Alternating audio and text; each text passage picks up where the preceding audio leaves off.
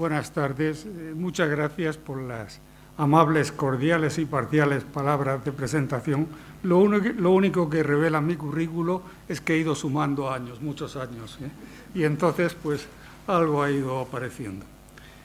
Siendo la mía la primera conferencia del ciclo sobre Fernando de Magallanes, me pareció que podía ser interesante que aludiera, naturalmente ha de ser una síntesis apretada, al contexto en que se formalizaron las capitulaciones de Valladolid el 22 de marzo de 1518 y se emprendió el viaje primero desde Sevilla, luego desde Sanlúcar de Barrameda el 17 de septiembre de 1519. Los Reyes Católicos presiden una etapa decisiva de la historia de España. Entre 1479 y 1516. Y manejo estas dos fechas, sobradamente sé que el matrimonio se contrajo 10 años antes, manejo estas fechas porque 1479 es la del Tratado de Alcazoas, de Évora, y si hago referencia al mismo no es por el tema de la rivalidad hispano-lusa, a la que sí, en la que luego necesariamente tendré que insistir, sino fundamentalmente porque Alfonso V, el africano, reconoce como reina de Castilla a Isabel I. En 1516, por razones obvias, es el año del fallecimiento de Fernando II de Aragón. Durante ese periodo se ha puesto el fundamento de lo que será la unidad peninsular, la unidad ibérica, aunque tenga que esperar 100 años para que las quinas portugueses se incorporen al escudo de los monarcas españoles, es decir, hasta 1580, pero lo cierto es que en ese periodo el planteamiento de la unidad ibérica hace progresos extraordinarios. En 1492 es Granada, en 1493 Fernando el Católico consigue que Carlos VIII de Francia le reintegre los condados del Rosellón y la Cerdaña. En 1512, el ejército al mando del segundo duque de Alba, de don Álvarez de Toledo y Enríquez, anexiona, excepto la Baja Navarra, el resto del reino de Navarra a la monarquía, que ya es monarquía española. Se habla con frecuencia de unidad dinástica, yo prefiero la de unidad personal por la sencilla razón de que bajo una misma dinastía ya hace mucho tiempo que estaban las coronas de Aragón y Castilla, al menos desde 1412, año del compromiso de Caspe. El tema de Portugal es un tema que merece particular atención. Los Reyes Católicos le pusieron un cerco matrimonial. La política matrimonial de los Reyes Católicos fue extraordinariamente interesante. El tema del cerco a Francia, con la doble boda con los Habsburgo, ¿verdad?, con Felipe y Margarita, y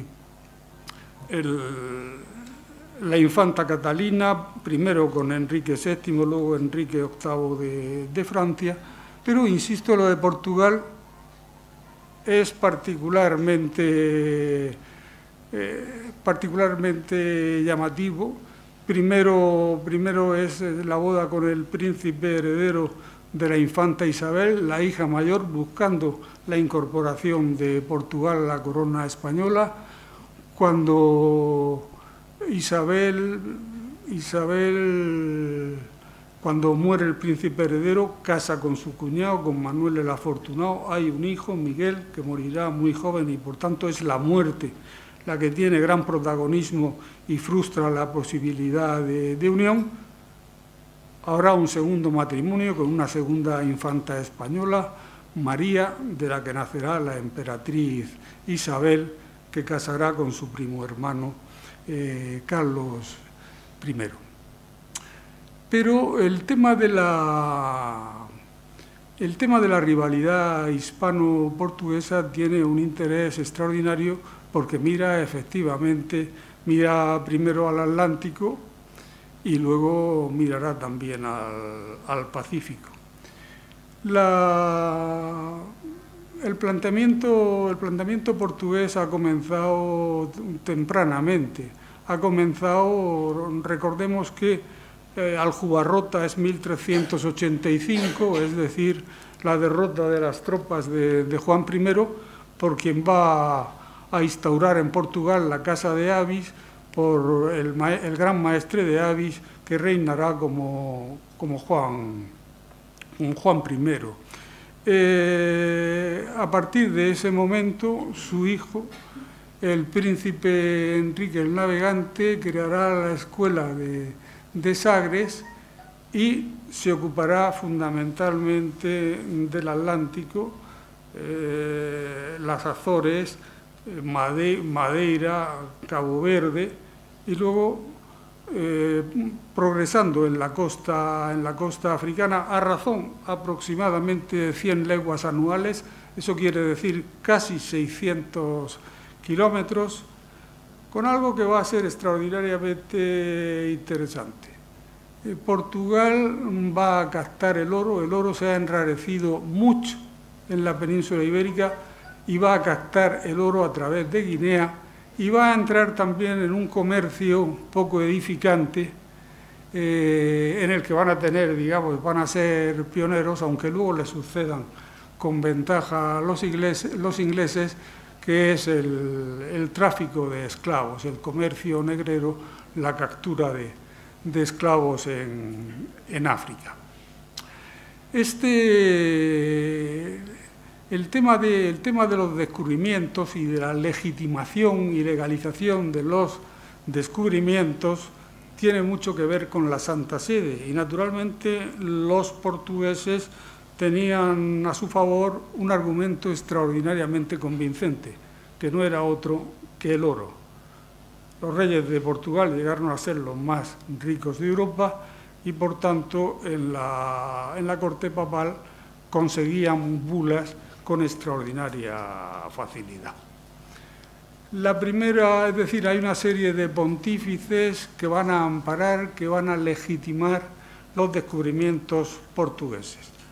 Tengamos en cuenta que el sumo pontífice aparece así, de alguna manera, como el Señor, el repartidor del mundo, como vicario de Cristo en la tierra. Una serie de bulas van a favorecer primero a los portugueses, desde luego, finalmente a la corona, a la monarquía española.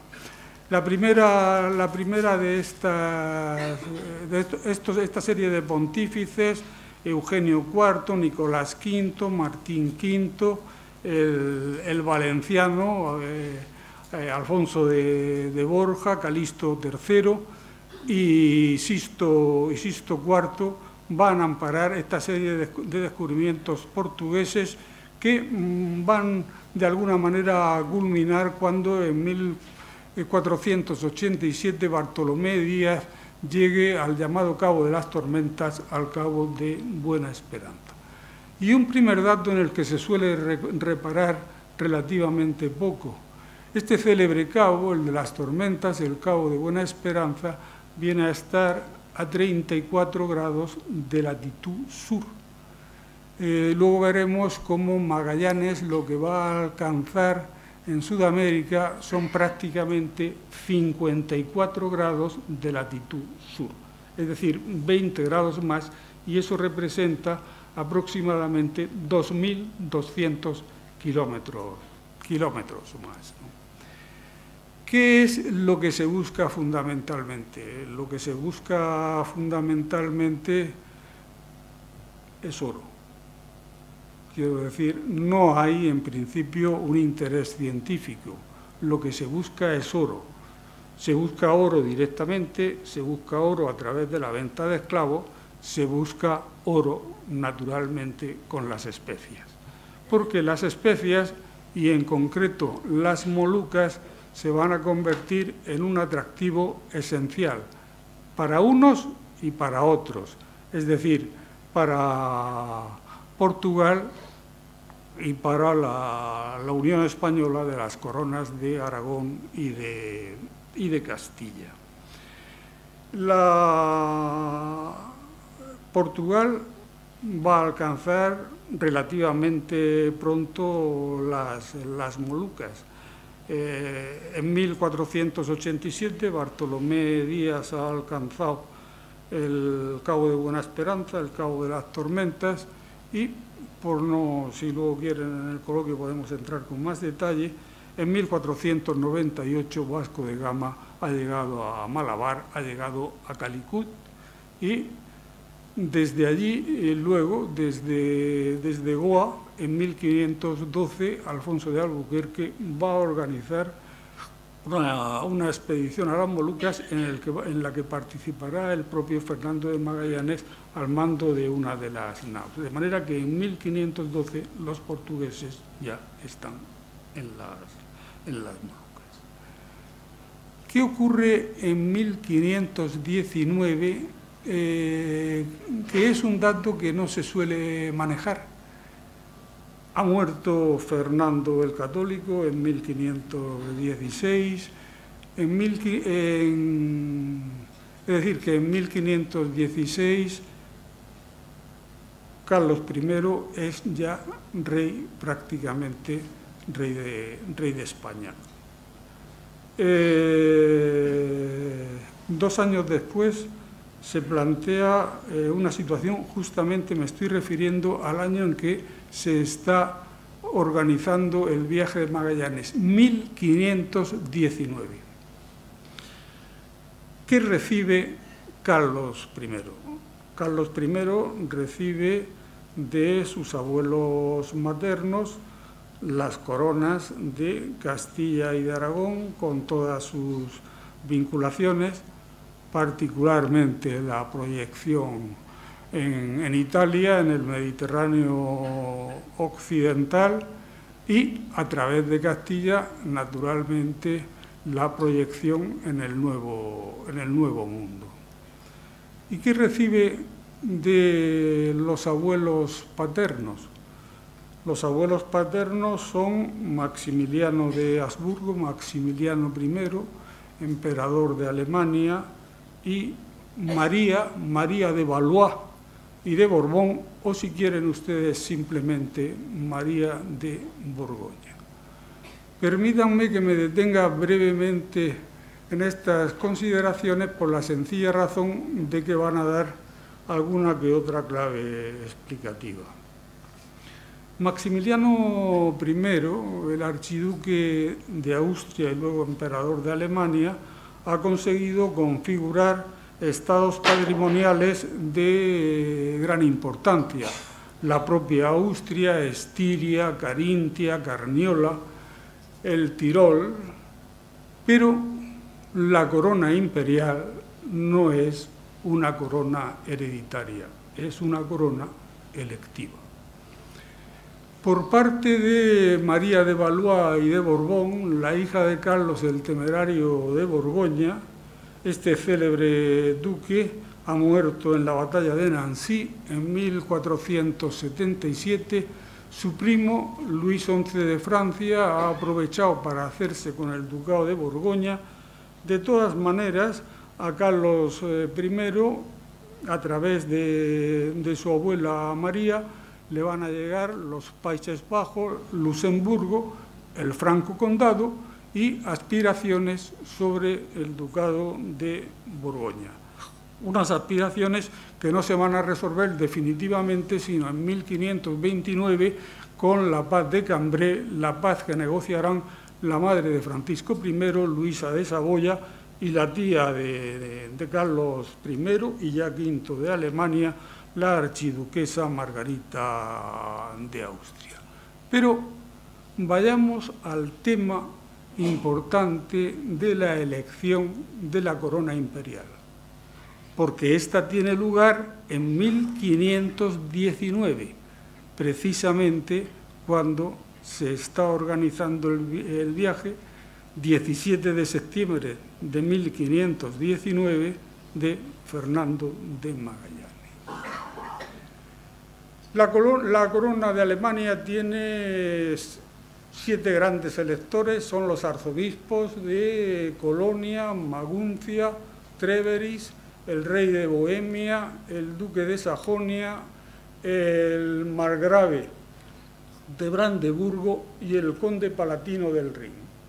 Ya entenderán ustedes que la elección tiene un coste extraordinariamente elevado, porque no hay que llenar los bolsillos, hay que llenar las arcas de los grandes electores.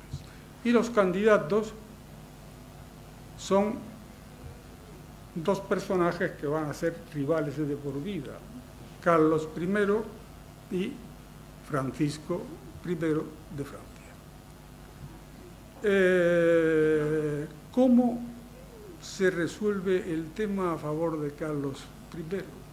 Se resuelve gracias al apoyo de los banqueros alemanes de Augsburgo, los Fugger o Fucker. El Fucker, digamos, era un banquero de tal fama que en castellano la palabra Fucker se hace genérica para designar a una persona, a un potentado, a una persona de gran hacienda, el Fucker. ¿Y qué hay que hacer para conseguir esos créditos cuantiosísimos? Pongan ustedes esto en relación con la importancia que tiene llegar a las Molucas, conseguir especias, conseguir oro para pagar lo que es una deuda de primer orden. Una deuda de tal entidad que exige la hipoteca de los maestrazgos de las órdenes militares, particularmente el de la Orden de Calatrava, que incluye las minas de mercurio de Almadén. Por tanto, en el momento en que se plantea la expedición de Magallanes, lo que se busca es oro. Estrictamente se busca oro. Pero insisto que los portugueses han llegado antes. Veamos un poco cómo se hace el reparto del hemisferio, el reparto del mundo, porque en definitiva el mundo va a quedar repartido en 2 hemisferios, un hemisferio oriental portugués, un hemisferio occidental castellano, o si ustedes quieren, de la monarquía española. Insisto en que, en primer lugar, las bulas papales han favorecido a Portugal, pero Portugal está fundamentalmente interesado en el progreso por la costa occidental de África, doblar el Cabo de Buena Esperanza y alcanzar la India y luego las Molucas. Y digo, las decisiones papales favorecen extraordinariamente a Portugal hasta que se firman las capitulaciones de Santa Fe el 17 de abril de 1492. En las capitulaciones de Santa Fe, las que van a propiciar el descubrimiento de América, lo que hay es exactamente lo mismo. Se habla de oro, se habla de piedras preciosas, se habla de especias, en definitiva se habla de oro. El primer viaje de Colón es también un viaje comercial, no lo olvidemos ni lo desconozcamos.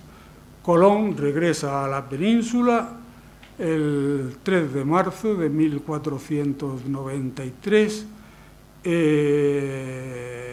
un mes después ve a los reyes en Barcelona y el 4 de mayo de 1493, un valenciano, un setabense, el cardenal Rodrigo de Borja, convertido en Alejandro VI, promulga la bula In Ceteris, es decir, en el resto del mundo. Por primera vez, esta bula es extraordinariamente favorable a las pretensiones españolas, porque Alejandro VI limita la línea de separación de polo a polo a 100 leguas más allá de Cabo Verde y las Azores. Naturalmente, esto restringe mucho cuál es el futuro de Portugal. Lo restringe tanto que el rey portugués va a intentar inmediatamente negociar con los reyes católicos un planteamiento más favorable. El planteamiento más favorable va a llegar poco después con el Tratado de Tordesillas de 7 de junio de 1494. Entonces ya no son 100 leguas, son 370 leguas a partir de la más occidental de las islas del archipiélago de Cabo Verde. El rey portugués Juan II ha estado particularmente bien asesorado por un cosmógrafo de primer orden, por Duarte Pacheco Pereira, sin duda con mayores conocimientos que Ferrer de Blanes, que es el asesor de los reyes católicos. Porque no solo va a ser el tema de las 370 leguas, después, poco después, en 1500 va a venir lo que teóricamente es un descubrimiento casual. Parece que casualidad no hubo tanto, sino que fue algo premeditado, bien planteado. Es el descubrimiento de lo que se llamó la Tierra de Santa Cruz, es decir, Brasil. Naturalmente, Brasil estaba integrado plenamente en el espacio concedido a los reyes católicos. Pero lo cierto y verdad es que Brasil será portugués. Y mientras, ¿qué ocurre con Fernando de Magallanes? ¿Quién es Fernando de Magallanes? Fernando de Magallanes es un noble portugués que ha estado al servicio de la reina Leonor, la mujer de Juan II. Ha tenido una participación importante en los descubrimientos portugueses.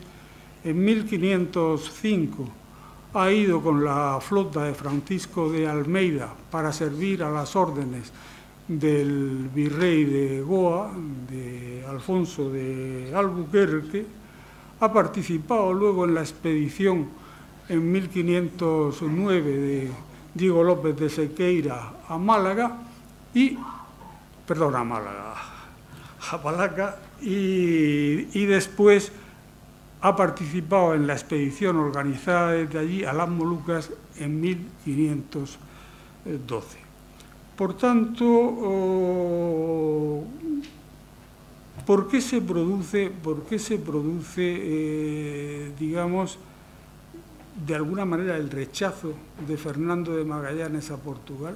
Renuncia a la nacionalidad portuguesa y por qué pasa al servicio de la corona española a través del cardenal Cisneros, que facilita su entrevista con Carlos I y la firma el 22 de marzo de 1518 de las capitulaciones de Valladolid, que son unas capitulaciones por algunas diferencias, pero con un objetivo comparable a las que los reyes católicos habían firmado el 17 de abril de 1492 en Santa Fe. Carlos I, que no Carlos V aún, se compromete a proporcionar 5 naves, una tripulación de 265 hombres, y se piensa que el viaje, si se encuentra el Paso del Sur, el estrecho que se busca para ir por occidente a las Molucas, el viaje puede durar aproximadamente 2 años. Como luego sabemos, la duración fue de 1125 días y algún tiempo más.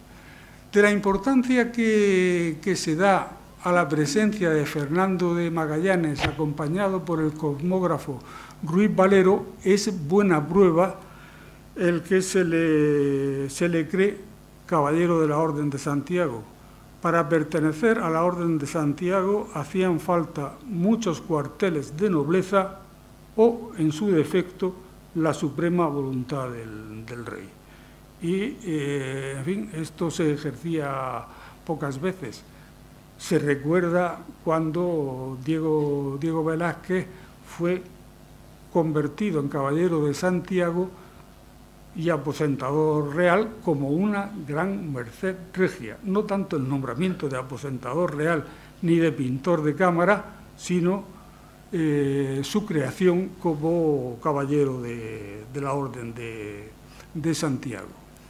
Se trata, por tanto, de iniciar el viaje y permítanme ustedes, en mi currículum han hecho notar que evidentemente yo soy catedrático de geografía, he trabajado en climatología y me voy a permitir hacer alguna consideración que entiendo que no se ha hecho sobre el viaje de Fernando de Magallanes y de su continuación luego por Juan Sebastián Elcano. Las naves que han de partir son 5 naos con tamaños que varían entre 80 y 150 toneles. Las medidas que se utilizaban en la época eran los toneles o las pipas. Un tonel venía a equivaler aproximadamente a 1,2 toneladas de capacidad. Eso quiere decir que ninguna de las naos tenía una capacidad superior a 200 hectáreas. Tenían una eslora entre 20 y 23 metros y una manga que excedía poco de 7 metros. Eran naves que tenían unas bodegas relativamente anchas y, sin embargo, muy poco calado. El calado era solo de poco más de 3 metros, por la sencilla razón de que eso les permitía navegar próximos a la costa, de una costa que era absolutamente desconocida. El régimen de vida a bordo era extraordinariamente penoso. Vivían en cubierta. Eran además naves que, bueno, la estructura la tenían de roble, el forro era de pino silvestre y había un molusco que, en fin, vulgarmente denominado un broma, era el teredo navalis, que perforaba el forro de pino. Y eso requería que los barcos estuvieran extraordinariamente embreados, lo cual parece en principio que no sea una gran dificultad, sin embargo sí que la era. Tengan en cuenta que buena parte de la navegación se realizó en bajas latitudes, se realizó con el sol próximo a la vertical. Naturalmente ustedes saben que el negro tiene un albedo muy débil y por tanto las temperaturas que se vivían en cubierta eran simplemente insufribles, es decir, temperaturas insufribles o diluvios absolutamente insoportables. El régimen alimenticio era un régimen alimenticio extraordinariamente sumario, pan cocido, el bizcocho que se llamaba, legumbres, frutos secos y salazón. Bueno, se hubieran considerado realmente felices si hubieran tenido esto disponibles toda la travesía. Realmente se agotaron los víveres. Yo no acabo de entender ni cómo pudieron sobrevivir. Pero vayamos al viaje que arranca el 17 de septiembre de 1519 El 2 de marzo están en las costas que hoy serían argentinas, en el Golfo de San Julián. Eso quiere decir que están a una latitud aproximadamente de 49 grados sur. Por tanto, si ustedes contrastan con los 34 grados del Cabo de las Tormentas o Cabo de Buena Esperanza, vean ya ahí la diferencia que media. Se va a perder una de las 5 embarcaciones, el Santiago naufraga, siguen con las 4 embarcaciones, descubren digamos, un promontorio tras el cual parece que hay un golfo. Es el cabo que llaman de las Vírgenes, el 21 de octubre de 1520, y por fin, el día de Todos los Santos, el 1 de noviembre de 1520, están efectivamente en el estrecho de Magallanes. Continúan algo más hacia el sur, avistan Tierra de Fuego, de manera que prácticamente alcanzan los 54 grados de latitud sur. Nadie había llegado en el sur a una latitud ni lejanamente parecida. El día 27 de noviembre están en el mar que ha descubierto Balboa en 1513, están en el Océano Pacífico. Y se promete tienen una navegación extraordinariamente cómoda. Tengo que decir que estas naves, que tenían un velamen hecho con lona de cáñamo, aproximadamente de superficie bélica 300 metros cuadrados, si tenían viento favorable, progresaban bastante. Venían a progresar unos 7 nudos. Eso quiere decir aproximadamente una velocidad de 13 kilómetros hora. Pero si no tenían viento favorable, estas naves, con este sistema de velas, eran extraordinariamente problemáticas, porque a la hora de elegir rumbo no se podía ceñir con ellas, no se podía, como se decía, navegar a la bolina. Había que, uno quedaba de alguna manera a merced de las corrientes hasta que consiguiera viento favorable. Sin embargo, la navegación fue plácida y nadie ha hecho notar por qué. ¿Por qué entiendo que la navegación fue plácida?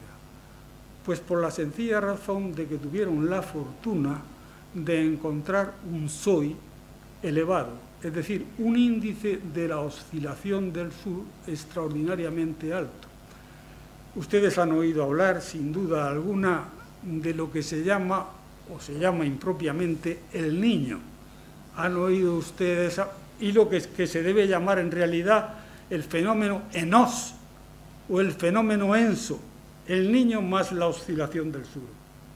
Bien, la fase que encuentran de la oscilación del sur es justamente la inversa, es decir, es el antiniño, el contraniño o la niña.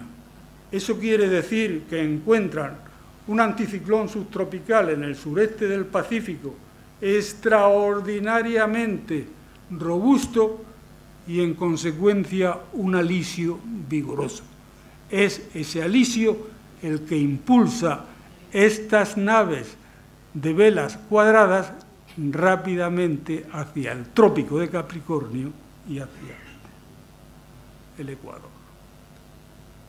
Por tanto, esta fue una gran fortuna que nunca se ha comentado. El que encontraran una fase positiva, un episodio frío de la oscilación del sur. Porque si hubieran encontrado lo contrario, las naves hubiesen quedado absolutamente paralizadas y la travesía del Pacífico se habría hecho imposible. Otra cuestión importante que no se comenta, porque claro, las latitudes que atravesaron eran comprometidas. ¿Y comprometidas por qué? No hay nada más devastador, y es una perturbación marítima, que un ciclón tropical. Llámenle ustedes como quieran, llámenle huracán, llámenle vaguío, llámenle codornazo, llámenle tifón, llámenle como quieran. Naturalmente, mientras navegan por el Atlántico Sur, no tienen dificultad alguna, porque en el Atlántico Sur no hay ciclones tropicales. En el Pacífico Sur hay algunos, pero más bien en el entorno de Australia, no en la zona que navegaron. Y cuando alcanzan en las Molucas tampoco. Las Molucas están a latitud casi ecuatorial y sabido es que los ciclones tropicales se forman entre latitudes de 5 y 20 grados. No se forman a latitud inferior porque no hay fuerza de Coriolis y en consecuencia el vórtice ciclónico no puede configurarse. De manera que en esto hubo fortuna. He visto que el reloj ha avanzado implacable. Mis problemas ya son de dosificación, y sí quisiera, simplemente por dejar algunos minutos para el coloquio, por si ustedes quieren preguntar, hacerle notar que cuando se dice que si esta fue la mayor odisea del mundo, yo diría que sí, pero insistiría aún más en un aspecto. La mayor odisea del mundo, el viaje de ida hasta que Magallanes muere luchando contra el reyezuelo en las Filipinas el 27 de abril de 1521, y qué decir del viaje de vuelta, de esa mitad de la vuelta al mundo que Elcano hace prácticamente sin escalas, con una nave maltrecha y 18 hombres. Es decir, 1.125 días, 37.000 millas marinas, 68.524 kilómetros, la mayor odisea del mundo, insisto, tanto el viaje de ida como el de vuelta. Muchas gracias.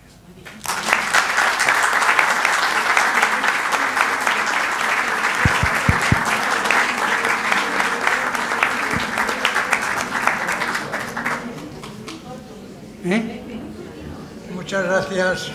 Muchas gracias. Muchas gracias, don Antonio, por esta magnífica, erudita y amenísima conferencia.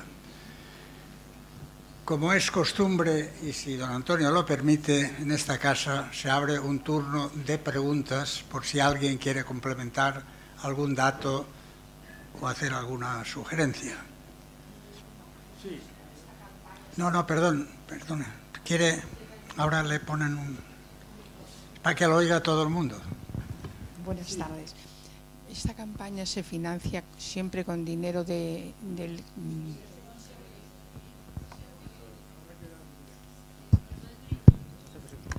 Perdón, ¿la financiación es siempre con el dinero de la corona española o intervienen también los banqueros alemanes?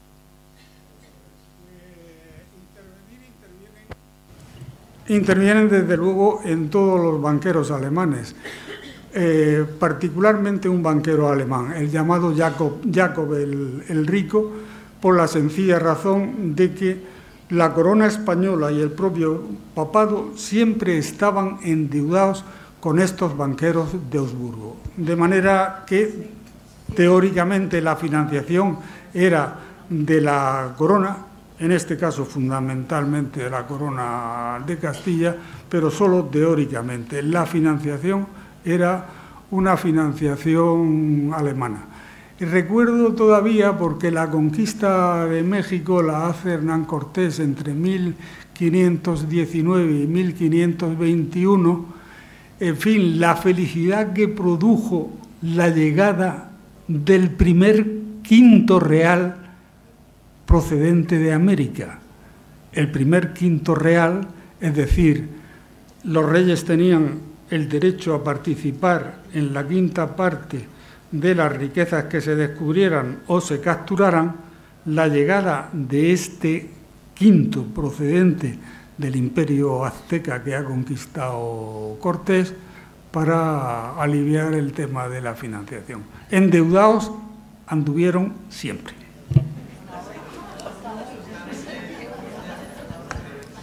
Buenas tardes y muchas gracias por esa conferencia, don Antonio. Muchas tardes, muchas gracias. A mí se me ha ido el santo al cielo o no me he enterado. ¿Por qué Magallanes se marcha de Portugal y se hace español? Sí, sí. Pero vamos a hablarlo con un poco de detalle, porque claro, es que esto realmente lo quedaría para un ciclo completo. Cuando Magallanes interviene en África, en la conquista de Almanzor, regresa a Portugal y pide a Juan II. Juan II reina en Portugal entre 1481 y 1495, lo que se llamaba una moradia en portugués. Una moradia era una pensión que de alguna manera recompensara sus servicios. Ni Juan II ni Manuel I el Afortunado, el rey más rico de Europa, no hay más que ver lo que supone el monasterio Jerónimo de Belén o la catedral del Vas, el estilo manuelino, ¿verdad?, el gótico flamígero portugués, no atiende tampoco la petición. Más aún, Magallanes, que ha participado con De Brao y Serrano en la expedición a las Molucas, plantea el tema a Manuel I el Afortunado de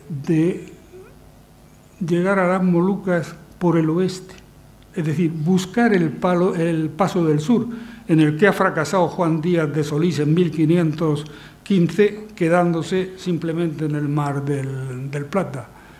El planteamiento de Magallanes es acogido con desprecio por Manuel I el Afortunado. ¿Cuál parece ser el fondo de la cuestión? El fondo de la cuestión parece ser que cuando él sirvió siendo virrey de Goa, Francisco de Almeida, tuvo serias diferencias con él en cuanto al planteamiento de la expedición a las Molucas. Y esto no se perdonó nunca en la corte portuguesa. Sí. Por favor, se ha hablado mucho de la tripulación de Cristóbal Colón. ¿Qué tal la tripulación de Magallanes? Pues las tripulaciones tenían que ser tripulaciones fundamentalmente de aventureros y hombres desesperados. Es decir, que cuando uno piensa que en una nave de las dimensiones a las que me he referido, de eslora entre 20 y 23 metros y de manga poco más de 7 metros, cuando toda la vida había que hacerla en cubierta, con unas penalidades extraordinarias, reclutar a estos hombres era muy complicado. Tanto es así que Carlos I había prometido en las capitulaciones de Valladolid a Magallanes 5 naves con una tripulación de 265 hombres. Solo se consiguen 245. Naturalmente sí que había gente con otro tipo de intereses. Juan Sebastián Elcano era el piloto de la nao Concepción. Y bueno, y gente ilustrada iba también alguno. El diario de navegación de Antonio Pigafetta o el derrotero de Francisco Alba, pero esta era la excepción.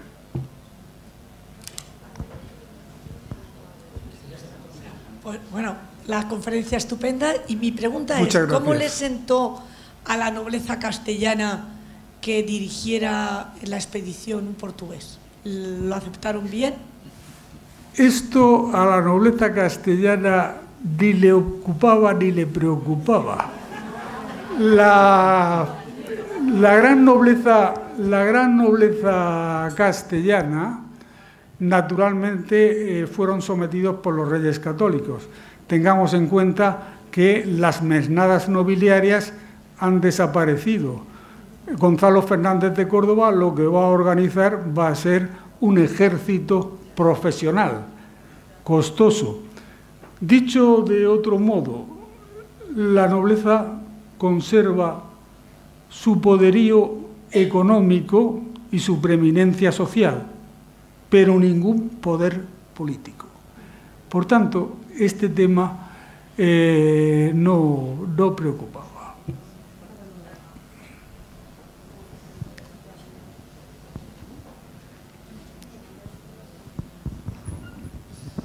Muchas gracias por una presentación muy amena y muy informativa. Muchas gracias. Mi pregunta es, ¿por qué, a pesar del Tratado de Tordesillas, finalmente Brasil fue portugués? ¿Por qué Brasil fue portugués? Vamos a ver, la expedición de Pedro Álvarez Cabral, cuando él toca en Brasil, naturalmente no sospechando en modo alguno lo que era Brasil, eso es 1500. En 1500 ha muerto la infanta Isabel después de dar a luz al príncipe Miguel. El príncipe Miguel es en aquel momento el heredero de las coronas de Castilla, Aragón y Portugal. Lo que ocurre es que morirá 3 años después. Y me preguntará, bueno, ¿y por qué no se insistió después? Carlos I de España y V de Alemania admiró particularmente a una persona, a su mujer, a la emperatriz Isabel, hija de Manuel el Afortunado. Por eso no se insistió más.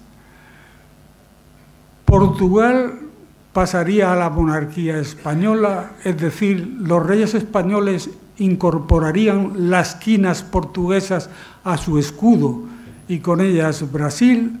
Como saben, cuando muere el anciano cardenal don Enrique, finaliza con él la dinastía de Avis. El prior Docrato, sin derecho ni poder, pretende la corona, pero quien tiene los derechos y el poder es Felipe II, que enviará al gran duque de Alba, al tercer duque de Alba, a don Fernando Álvarez de Toledo y Pimentel, que derrotará reiteradamente al prior Docrato. El gran duque de Alba morirá en Lisboa el año 1582 como gobernador general del reino, y en ese momento Portugal pertenecerá a la corona española y dejará de pertenecer, de hecho, en 1640, cuando se facture para Madrid a la virreina, la duquesa de Mantua, y el duque de Braganza se proclame rey de Portugal como Juan IV, aun cuando los reyes españoles mantendrían en su escudo las quinas hasta el Tratado de Lisboa de 1668.